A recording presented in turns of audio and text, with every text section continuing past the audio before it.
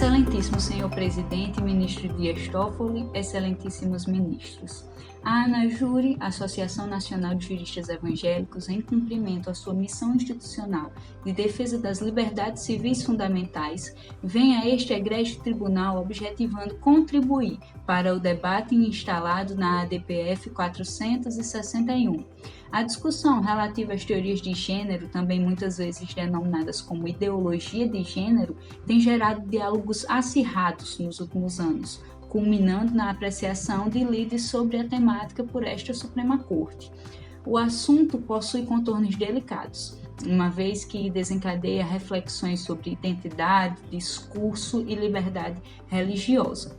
O posicionamento da ANAJURE, conforme já apresentado em nosso pedido de ingresso, baseia-se em 4 argumentos centrais. Primeiro, as incongruências científicas e objetivas das teorias de gênero.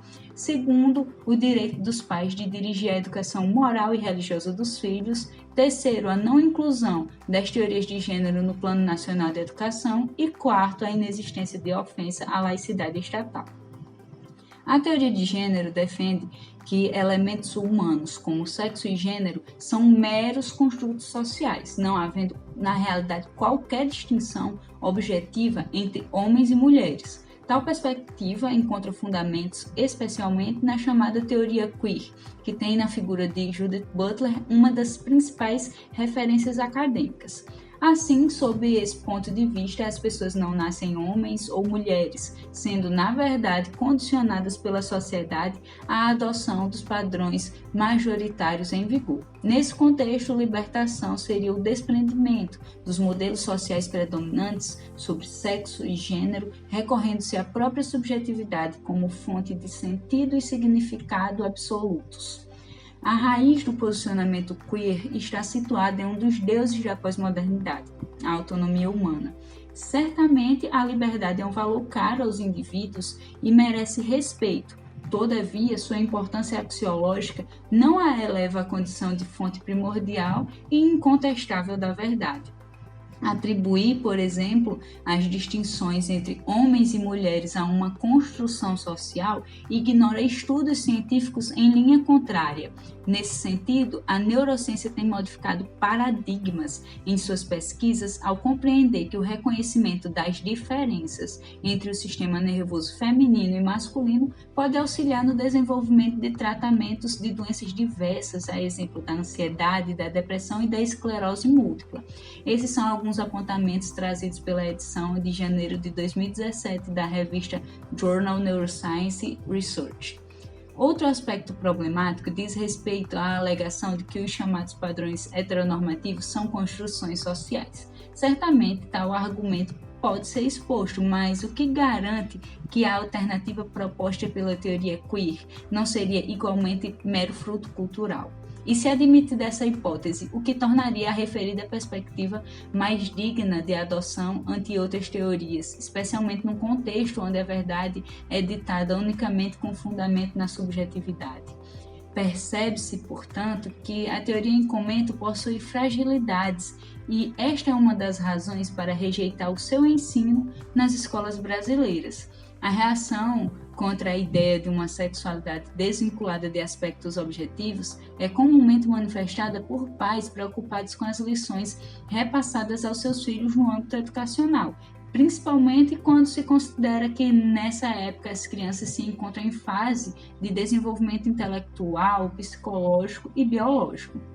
E esses pais não agem desprovidos de fundamentos, inclusive jurídicos. Os principais tratados, pactos e declarações de direitos humanos internacionais estabelecem que é tarefa da família a formação moral e religiosa das crianças e adolescentes. Assim, a Declaração Universal de Direitos Humanos dispõe no artigo 26, item 3, que aos pais pertence a prioridade do direito de escolher o gênero de educação a se dar aos filhos. O Pacto Internacional sobre Direitos Econômicos, Sociais e Culturais estabelece no artigo 13, item 1, que os Estados partes do pacto devem respeitar a liberdade dos pais de fazer com que os filhos venham a receber educação religiosa ou moral que esteja de acordo com as convicções da família. De modo semelhante, também dispõe a Convenção Americana de Direitos Humanos e a Convenção sobre os Direitos da Criança. Em âmbito nacional, a Constituição da República é enfática ao reconhecer a família como a base da sociedade, devendo ser respeitada a sua primazia na educação, inclusive moral, dos filhos menores.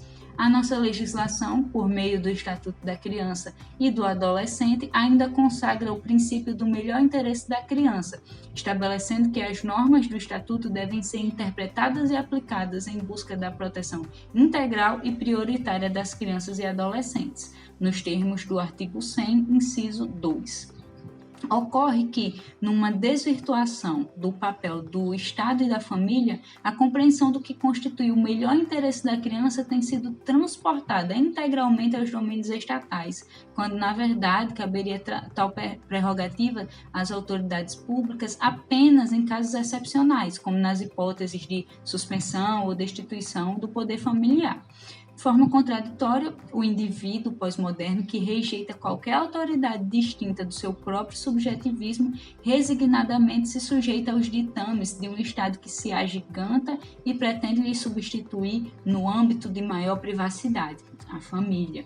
Desse modo, a ideia de uma prevalência estatal diante de assuntos sobre os quais, frise-se, os pais devem preponderar, demonstra uma desvirtuação do papel do Estado, que ao extrapolar a esfera política, sufoca a soberania parental em matérias que a própria legislação deixou sob os cuidados da família.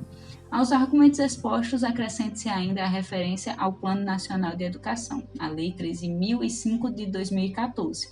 Nos termos do artigo 24, inciso 9 da Constituição, compete à União, aos Estados e ao Distrito Federal legislar concorrentemente sobre a educação. Aos municípios também se estende essa possibilidade por força do contido no artigo 30, inciso 2 da Constituição. Nessas hipóteses, a União estabelece normas gerais, e assim se procedeu através do Plano Nacional de Educação, já mencionado. Nele, por expressa vontade do Congresso Nacional, não se inseriu a teoria de gênero. Portanto, não há óbice para os municípios, na elaboração de seus planos, não adotarem as teorias de gênero, visto que esta foi a opção do legislador em âmbito federal ao fixar as normas gerais. No presente debate, ainda se alega que a resistência à adoção das teorias de gênero representaria afronta à laicidade estatal. Em primeiro lugar, destacamos que a oposição ao referido ensino baseia-se em fundamentos que vão muito além de argumentos religiosos, como demonstramos nesta manifestação. Ademais, o afastamento da teoria com base em argumentos religiosos não representa por si só ofensa à laicidade, visto que um dos elementos característicos de um Estado democrático de direito é o pluralismo.